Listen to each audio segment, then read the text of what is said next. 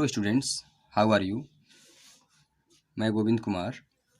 Students, मैं class 10th का subject geography यानी भूगोल से फर्स्ट लेसन का तीसरा पार्ट स्टार्ट करने जा रहा हूँ।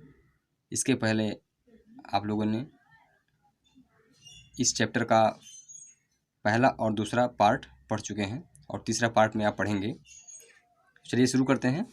तीसरा पार्ट लेसन फर्स्ट का मृदा संसाधन। जो टॉपिक है मृदा संसाधन, यानी मृदा का मतलब जो होता है, मृदा का अर्थ है मिट्टी से। मृदा का मतलब मिट्टी, यानी इसके संसाधन क्या हैं। तो मृदा संसाधन के बारे में हम पढ़ेंगे। तो चलिए शुरू करते हैं। मिट्टी अथवा मृदा सबसे महत्वपूर्ण नवीकरण योग्य प्राकृतिक संसाधन है।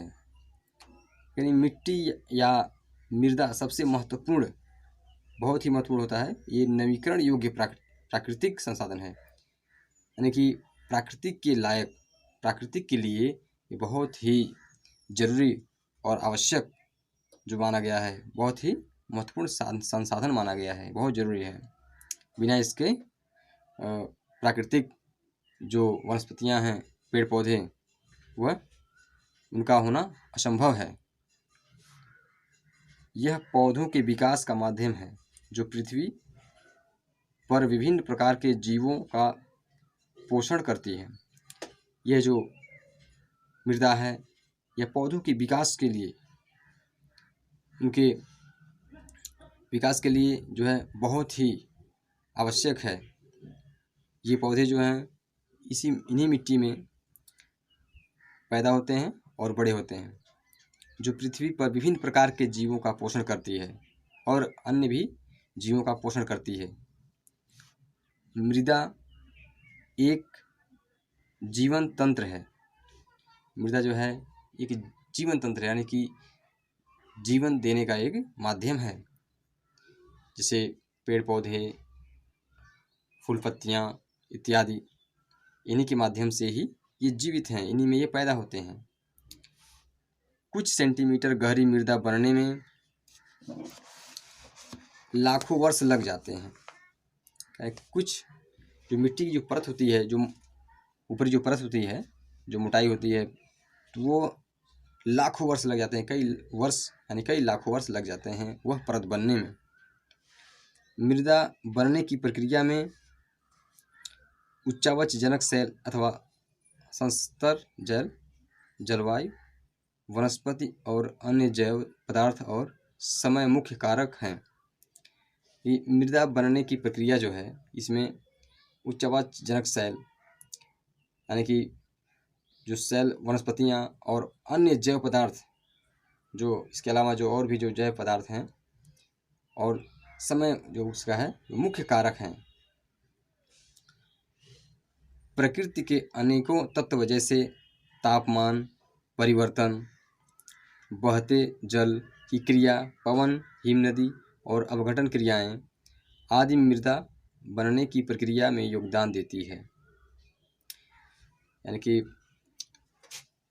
प्रकृति के अनेकों तत्व, जैसे तापमान, जो ताप हुआ सूर्य का, जो गर्मी है, उसमें परिवर्तन, उसका परिवर्तन जो है, या बहते जल की क्रिया, जैसे नदियों का जल, झरनों का जल इत्यादि, जो इसकी क्रिया है। पवन, जो हवा, हिम नदी यानी बर्फ की नदी, और अपघटन क्रियाएं आदि मृदा बनने की क्रिया में योगदान देती है। यानी कि ये मिट्टी को बनाने में योगदान देती हैं। यानी कि ये जो नदियां हैं, ये अपने साथ मिट्टी को भी बहा कर लाती हैं और ये एक जगह पर मिट्टी को इकट्ठा करती हैं, जिससे मृदा का योगदान होता है और मृदा बनती है। मृदा जैव, ह्यूमस और अजैव दोनों प्रकार के पदार्थों से बनती है। यानी कि मृदा जैव और अजैव दोनों प्रकार के पदार्थों से बनती है। मृदा बनने की प्रक्रिया को निर्धारित करने वाले तत्वों उनके रंग, गहराई, गठन, आयु व रासायनिक और भौतिक गुणों के आधार पर भारत की मृदाओं के निम्नलिखित प्रकार हैं। मृदा बनाने के यानी कि जो बनने की प्रक्रिया है उसको निर्धारित करने वाले जो तत्वों के उनके रंग, गहराई, जो गठन है और आयु है व रासायनिक और भौतिक गुणों के आधार पर भारत की जो मिट्टी यानी मृदाओं के विविध प्रकार के हैं। इससे हम कई वर्गों में बांटा गया है। तो हम आगे पढ़ेंगे मृदाओं का वर्गीकरण, यानी मृदाओं को किन किन भागों में बांटा गया है उसका हम वर्गीकरण विस्तार से हम अध्ययन करेंगे। तो चलिए शुरू करते हैं। मृदाओं का वर्गीकरण। भारत में अनेक प्रकार के उच्चावच भू आकृतियाँ, जलवायु और वनस्पतियाँ पाई जाती हैं। इस कारण अनेक प्रकार की मृदाएं विकसित हुई हैं। यानी भारत के अनेक प्रकार के उच्चावच उभरी हुई यानी उच्च स्तर पर जो भू आकृतियाँ हैं, जो भूमि की जो आकार है, जलवायु और वनस्पतियाँ पाई जाती हैं। जिस तरह का मतलब वह पृथ्वी है जहाँ जहाँ पर उस तरह की वह जलवायु और वनस्पतियाँ पाई जाती हैं। इस कारण अनेक प्रकार की मृदाएं विकसित हुई हैं। इस प्रकार से तरह तरह के मृदाएं का विकास हुआ है। जैसे जलोढ़ मृदा, तो जलोढ़ मृदा ये पहला है दिखाया गया है, तो इसके बारे में पढ़ेंगे हम जलोढ़ मृदा के बारे में। यह मृदा विस्तृत रूप से फैली हुई है और यह देश की महत्वपूर्ण मृदा है। तो ये जलोढ़ मृदा है, यह जो है विस्तृत रूप से फैली हुई है, बहुत ही अधिक मात्रा में, बहुत ही ज़्यादा फैली हुई है और यह देश की महत्वपूर्ण मृदा है, यानी कि बहुत ही आवश्यक मिट्टी है ये।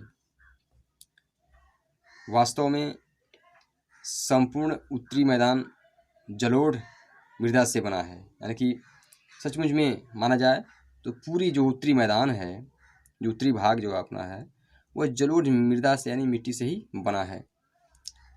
यह मृदाएं हिमालय की 3 महत्वपूर्ण नदी तंत्रों, सिंधु, गंगा और ब्रह्मपुत्र नदियों द्वारा लाए गए निक्षेपों से बनी है। यानी कि ये जो मृदाएं हैं, जो मिट्टियाँ हैं, ये हिमालय की 3 महत्वपूर्ण जो नदियाँ भी हम पढ़े हैं, तो इन्हीं मुख्य 3 नदियों से ये बना हुआ है। तंत्रों, सिंधु, गंगा और ब्रह्मपुत्र नदियों द्वारा लाए गए निक्षेपों से बना हुआ है। उनके बहाव से ये इकट्ठा हुआ और ये बना है। एक संकरे गलियारे के द्वारा ये मृदाएं राजस्थान और गुजरात तक फैली है। यानी एक संकरे गलियारे के द्वारा, यानी कि जिस तरह से एक संकरे गलियारा होता है उसकी जैसे रास्तानुमा एक माध्यम से इसके द्वारा ये मृदाएं जो हैं राजस्थान और गुजरात तक फैली हुई हैं। राजस्थान से लेकर गुजरात तक ये फैली हुई हैं। पूर्वी तटीय मैदान,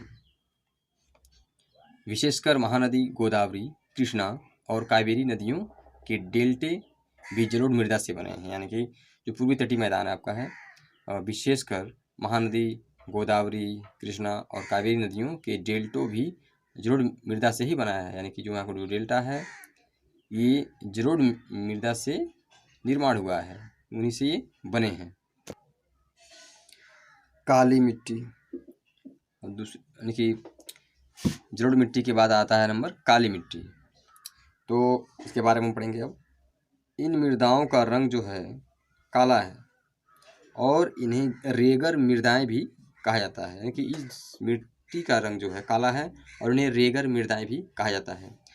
काली मृदा कपास की खेती के लिए उचित समझी जाती है और काली कपास मृदा के नाम से भी जाना जाता है। ये जो मिट्टी है इसमें जो फसलें होते हैं कपास की, वो उसमें ही खेती परिपूर्ण किया जाता है। इसमें अच्छे पैदावार होते हैं क्योंकि कपास के लिए काली मिट्टी बहुत ही फ़ायदेमंद होती है। इसलिए यह माना जाता है कि यह जो मृदा है ये कपास के लिए बहुत ही महत्वपूर्ण है। यह माना जाता है कि जलवायु और जनक शैलों ने काली मृदा के बनने में महत्वपूर्ण योगदान दिया है। यह माना जाता है कि जलवायु और जनक शैलों ने काली मृदा के बनने में महत्वपूर्ण योगदान दिया है। इस प्रकार की मृदाएं दक्कन पठार यानी कि बेसाल्ट जिसे कहते हैं, क्षेत्र के उत्तरी पश्चिमी भागों में पाई जाती हैं। यानी कि इस प्रकार की मृदाएं जो मिट्टी हैं वो दक्कन पठार के क्षेत्र के उत्तर पश्चिम भाग में पाई जाती हैं और लावा जनक शैलों से बनी है। ये मृदाएं महाराष्ट्र, सौराष्ट्र, मालवा, मध्य प्रदेश और छत्तीसगढ़ के पठार पर पाई जाती हैं और दक्षिण पूर्वी दिशा में गोदावरी और कृष्णा नदियों की घाटियों तक ये फैली हुई हैं। तो स्टूडेंट्स, ये था आपका तीसरा पार्ट और अभी नेक्स्ट पार्ट पढ़ेंगे हम इसके बाद। तब तक इसको आप समझेंगे और पढ़ेंगे और इसके बाद हम लेकर आएंगे चौथा पार्ट इसी लेसन का। तब तक ये तीसरा पार्ट आप यहाँ तक जो पढ़ाया गया है आप इसे भली बात पढ़ें और समझें। Thank you.